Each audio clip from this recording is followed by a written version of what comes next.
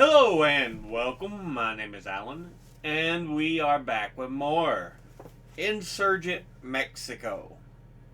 Today, we'll be getting into a couple of chapters here, dealing more with all that we have. I cannot separate pages very well. So yeah, we get more into everything else that's going on, but let's just go ahead and get started reading here. Chapter 3, A Peon in Politics. Villa proclaimed himself military governor of the state of Chihuahua and began the extraordinary experiment. Extraordinary because he knew nothing about it, of creating a government for 300,000 people out of his head. It has often been said that Villa succeeded because he had educated advisors. As a matter of fact, he was almost alone. What advisors he had spent most of their time answering his eager questions and doing what he told them. I used sometimes to go to the governor's palace early in the morning and wait for him in the governor's chamber. About 8 o'clock, Silvestre Terrazas, the Secretary of State, Sebastian Vargas, and the State Treasurer, and Manuel Chao, the interventor, would arrive, very bustling and busy. The huge piles of reports, suggestions, and decrees which they had drawn up.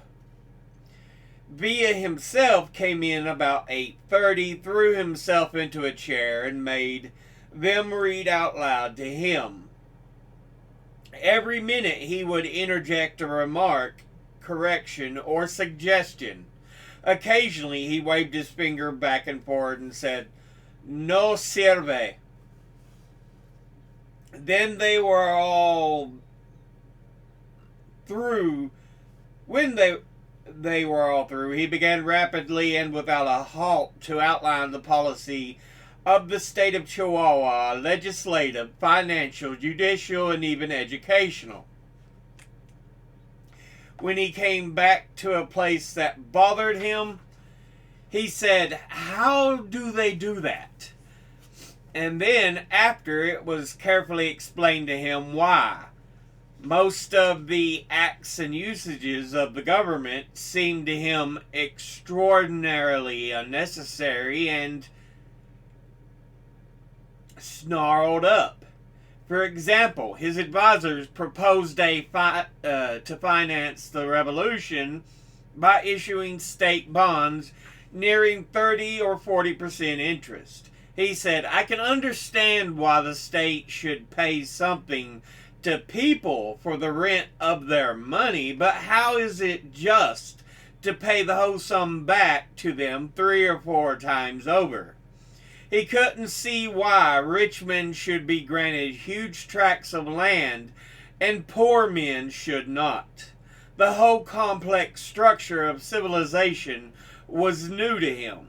You had to be a philosopher to explain anything to Villa, and his advisors were only practical men.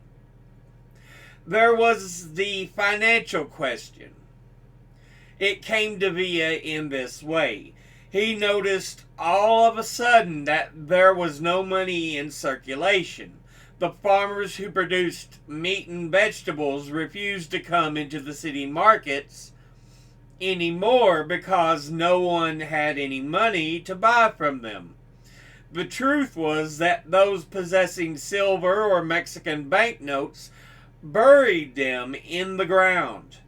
Chihuahua, not being a manufacturing center and the few factories there having closed down, there was nothing which could be exchanged for food. So, like a blight, The paralysis of the production of food began all at once, or actual starvation stared at the town populations. I remember hearing vaguely of several highly elaborate plans for the relief of this condition put forth by Villa's advisors. He himself said, "Why, if all they need is money, let's print some." So they inked up the printing press in the basement of the governor's palace and ran off 2,000,000 pesos on strong paper, stamped with the signatures of government officials and with Villa's name printed across the middle in large letters. The counterfeit money, printed much afterward, flooded El Paso, was distinguished from the original by the fact that the names of the officials were signed instead of stamped. The first issue of currency, guaranteed by absolutely nothing, was in the name of Francisco Villa. It was issued chiefly to revive the petty internal commerce of the state so that the poor people could get food. And yet, almost immediately, it was bought by the banks of El Paso at 18 to 19 cents on the dollar because Villa guaranteed it. Of course, he knew nothing of the accepted ways of getting his money into circulation. He began to pay the army with it. On Christmas Day, he called the poor people of Chihuahua together and gave them $15 apiece outright. Then he issued a short decree ordering the acceptance of his money at par throughout the state. The succeeding Saturday, the marketplaces of Chihuahua and the other nearby towns swarmed with farmers and with buyers. Villa issued another proclamation fixing the price of beef at 7 cents a pound, milk at 5 cents a quart, and bread at 4 cents a loaf. There was no famine in Chihuahua. But the big merchants who had timidly reopened their stores for the first time since his entry into Chihuahua placarded their goods with 2 sets of price marks, one for Mexican silver money and bank bills and the other for Villa money. He stopped that by another decree ordering 60 days imprisonment for anybody who discriminated against his currency. But still, the silver and bank bills refused to come out of the ground, and these Villa needed to buy arms and supplies for his army. So he simply proclaimed to the people that after the 10th of February, Mexican silver and bank bills would be regarded as counterfeit, and that before that time they could be exchanged for his own money at par in the state treasury. But the large sums of the rich still eluded him. Most of the financiers declared that it was all a bluff and held on. But lo, on the morning of the February 10th, a decree was pasted up on the walls all over Chihuahua City announcing that from that time on, all Mexican silver and banknotes were counterfeit and could not be exchanged for Villa money in the treasury, and that anyone attempting to pass them was liable to 60 days in the penitentiary. A great howl went up not only from the capitalists, but from the shrewd misers of distant villages. About 2 weeks late after the issue of this decree, I was taking lunch with Villa in the house which he had confiscated from Manuel Gomeros and used as his official residence. a delegation of 3 peons in sandals arrived from a village in the Tarahumare to protest against the counterfeit decree. But Mihanuro, said the spokesman, we did not hear of the decree until today. We have been using bank bills and silver in our village. We had not seen your money and we did not know. You have a good deal of money, interrupted Villa suddenly. Yes, Mihanuro. 3 or 4 or 5,000, perhaps. More than that, Mihanuro. Senores, Villa squinted at them ferociously. Samples of my money reached your village within 24 hours after it was issued. You decided that my government would not last. You dug holes under your fireplaces and put the silver and banknotes there. You knew of my first proclamation a day after it was posted up in the streets of Chihuahua, and you ignored it. The counterfeit decree you also knew as soon as it was issued. You thought there was always time to change if it became necessary, and then you got frightened, and you 3, who have more money than anyone else in the village, got on your mules and rode down here. Senores, your money is counterfeit. You are poor men. Valgame Dios! Cried the oldest of the 3, sweating profusely. But we are ruined, Mihanuro. I swear to you, we did not know. We would have accepted. There is no food in the village. The general-in-chief meditated for a moment. I will give you one more chance, he said. Not for you, but for the poor people of your village who can buy nothing. Next Wednesday at noon, bring all your money, every cent of it, to the treasury, and I will see what can be done.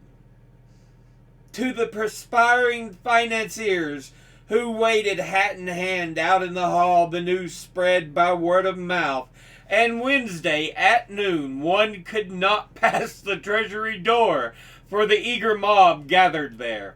Villa's great passion was schools. He believed that the land for the people and schools would settle every question of civilization. Schools were an obsession with him. Often I have heard him say, when I passed such and such a street this morning, I saw a lot of kids. Let's put a school there. Chihuahua has a population of under 40,000 people. At different times, Villa established over 50 schools there. The great dream of his life has been to send his son to school in the United States, but at the opening of the term in February, he had to abandon it because he didn't have money enough to pay for a half year's tuition. No sooner had he taken over the government of Chihuahua than he put his army to work running the electric light plant, the street railways, the telephone and waterworks, and the Terrazas flour mill. He delegated soldiers to administer the great haciendas, which he had confiscated. He manned the slaughterhouse with soldiers and sold Terrazas beef to the people for the government. 1,000 of them he put in the streets of the city as civil police, prohibiting on pain of death stealing or the sale of liquor to the army. A soldier who got drunk was shot. He even tried to run the brewery with soldiers, but failed because he couldn't find an expert maltster. The only thing to do with soldiers in time of peace, said Villa, is to put them to work. An idle soldier is always thinking of war. In the matter of the political enemies of the revolution, he was just as simple, just as effective. 2 hours after he entered the governor's palace, the foreign consuls came in a body to ask his protection for 200 federal soldiers who had been left as a police force at the request of the foreigners. Before answering them, Villa said suddenly, "Which is the Spanish consul?" Scoble, the British consul, said, "I represent the Spaniards." "All right," snapped Villa. "Tell them to begin to pack. Any Spaniard caught within the boundaries of this state after 5 days will be escorted to the nearest wall by a firing squad." The consuls gave a gasp of horror. Scoble began a violent protest, but Villa cut him short. "This is not a sudden determination on my part," he said. "I have been thinking about this since 1910. The Spaniards must go." Letcher, the American consul, said, "General, I don't question your motives, but I think you are making a grave political mistake in expelling the Spaniards. The government at Washington will hesitate a long time before becoming friendly to a party which makes use of such barbarous measures."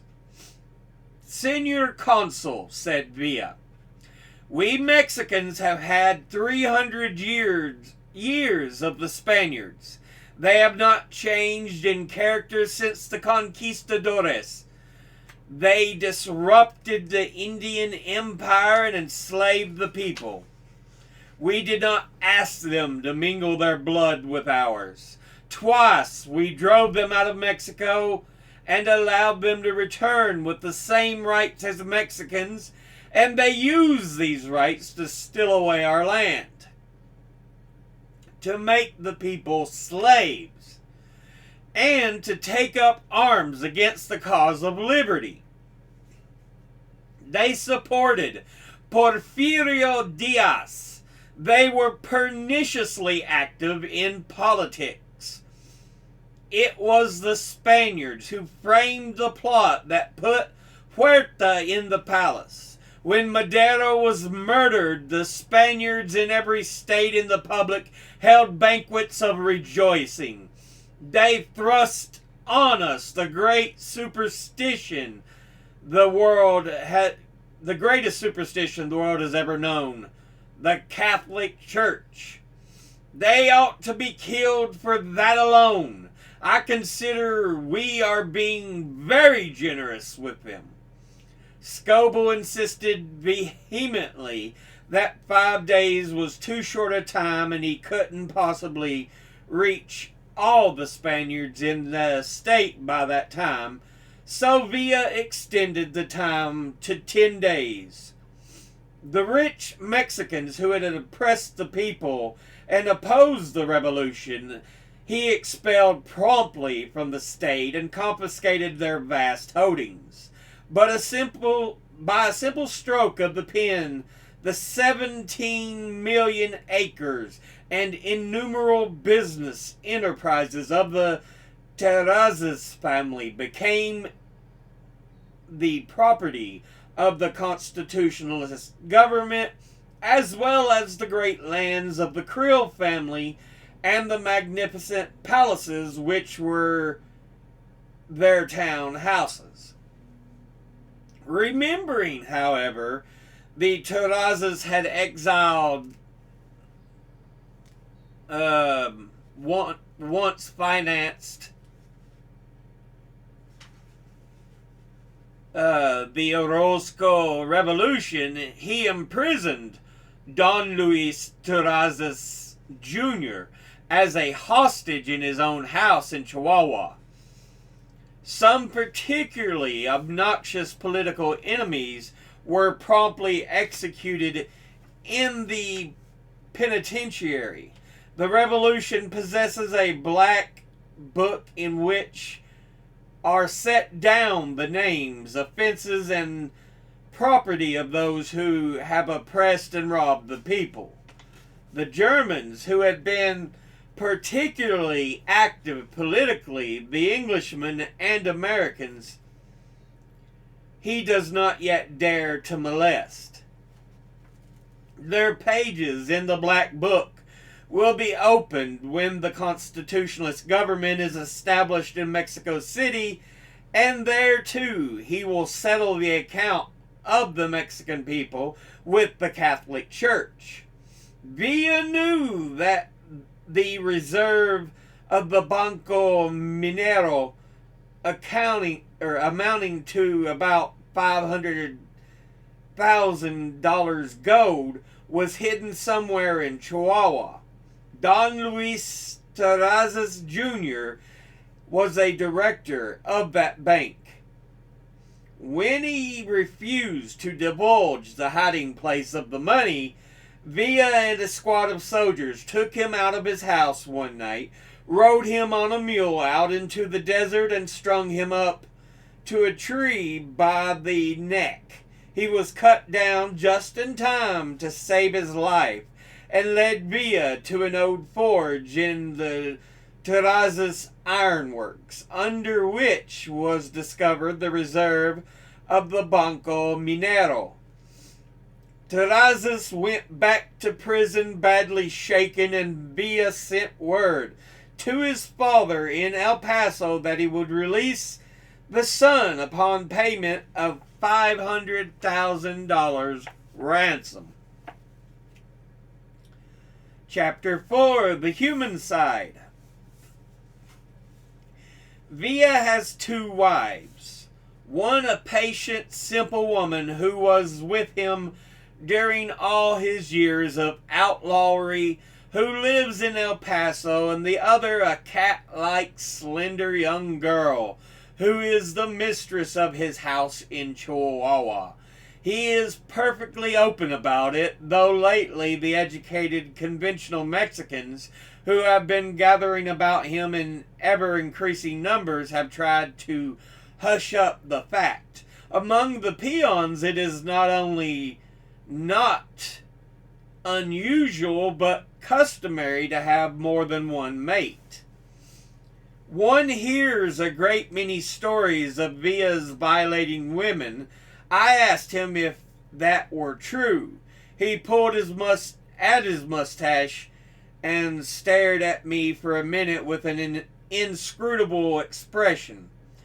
I never take the trouble to deny such stories, he said. They say I am a bandit too. Well, you know my history. But tell me, have you ever met a husband, father, or brother of any woman that I have violated? He paused. Or even a witness? It is fascinating to watch him discover new ideas. Remember that he is absolutely ignorant of the troubles and confusions and readjustments of modern civilization. Socialism, he said once when I wanted to know what he thought of it. Socialism, is it a thing? I only see it in books, and I do not read much. Once I asked him if women vote in the new republic. He was sprawled out on his bed with his coat unbuttoned. Why, I don't think so, he said, startled and suddenly sitting up.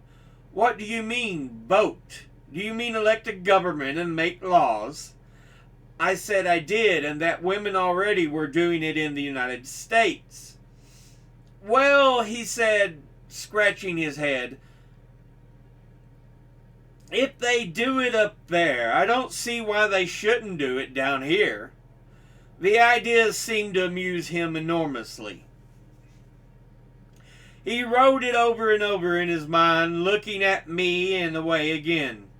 It may be as you say, he said, but I've never thought about it.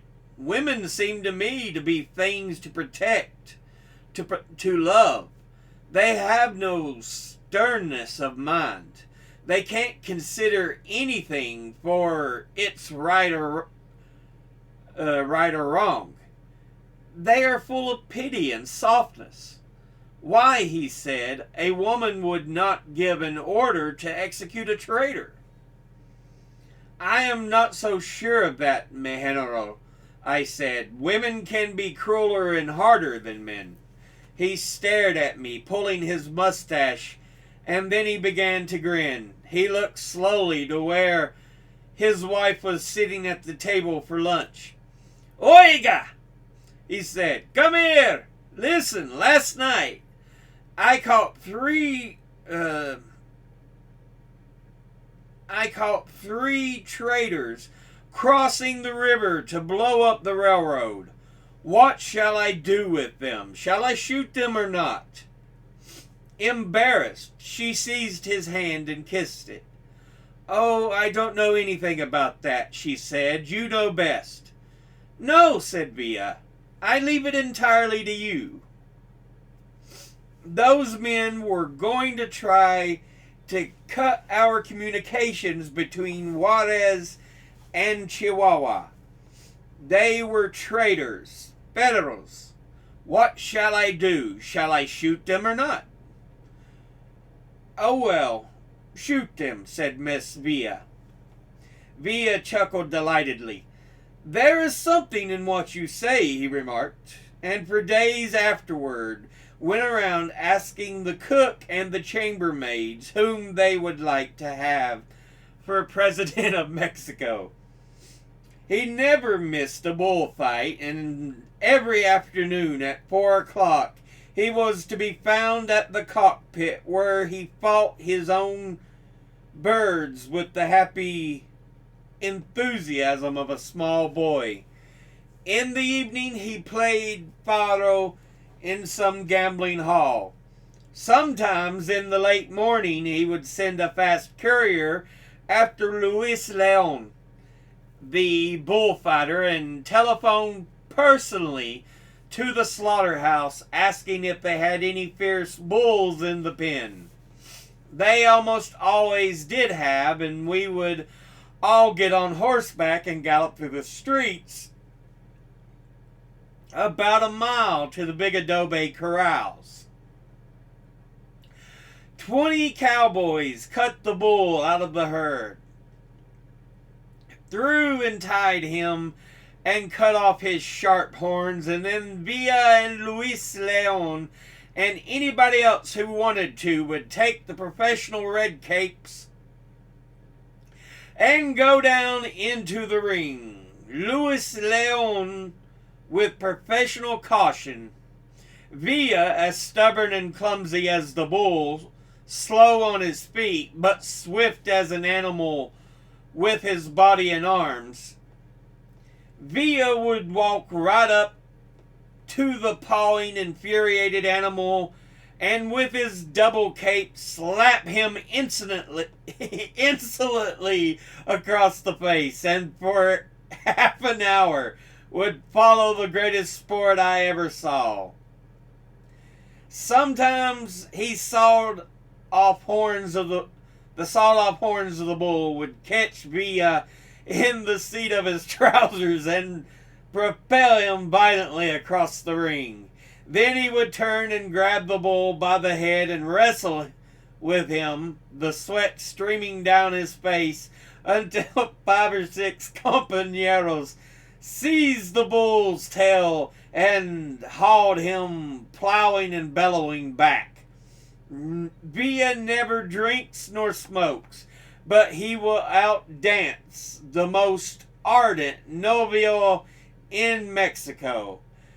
When the order was given for the army to advance upon Torreon, Villa stopped off at Camargo to be the best man at the wedding of one of his old compadres. He danced steadily without stopping, they said, all Monday night, all Tuesday, and all Tuesday night, arriving at the front on Wednesday morning with bloodshot eyes and an air of extreme lassitude. So yeah, we'll go ahead and end that piece there. So yeah, we see a bit more of who Pancho Villa was as a leader, how he attempted to run the state of Chihuahua in Mexico.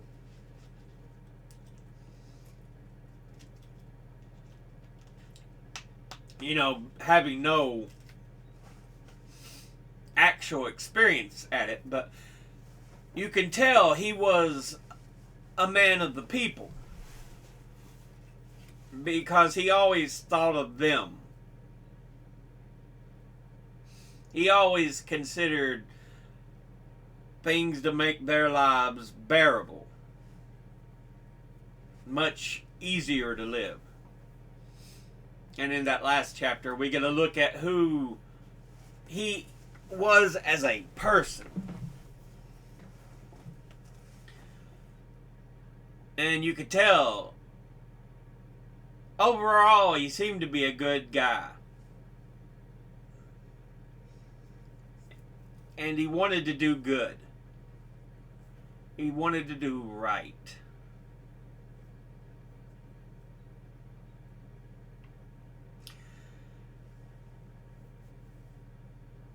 You know, and things he didn't even think of when they were talking about giving women the vote. He's like, something I had never considered before. But yeah, he ends up saying, maybe you were right. Okay. Why shouldn't they have the right to vote? Yeah.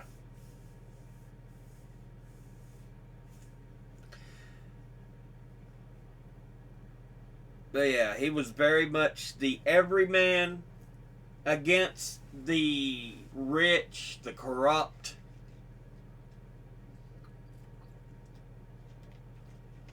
I mean, you could really say he was one of the boys. One of the fellas. One of the guys.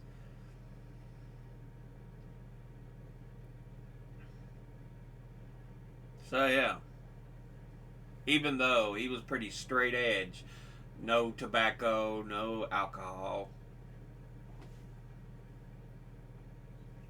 He enjoyed, you know, a lot of things in life, but he never partook of certain drugs, if you will. I know a lot of people think drugs, they think more hardcore, but alcohol and tobacco are drugs too. So yeah.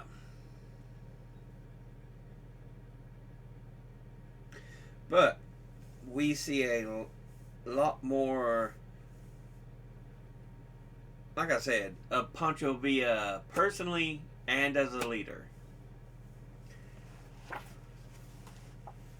So yeah.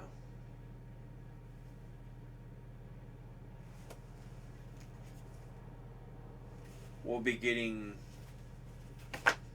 into more of this further on. I'm just looking to see. There's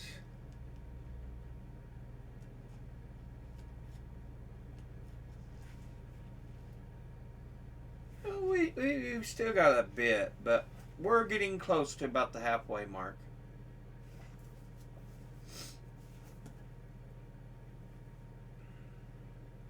But anyway, as always, educate thyself. Think, read, study, learn. Someone tells you something you have trouble believing, ask them to cite their sources. Thank you all for watching. I'll see you all in the next video. Until then, later.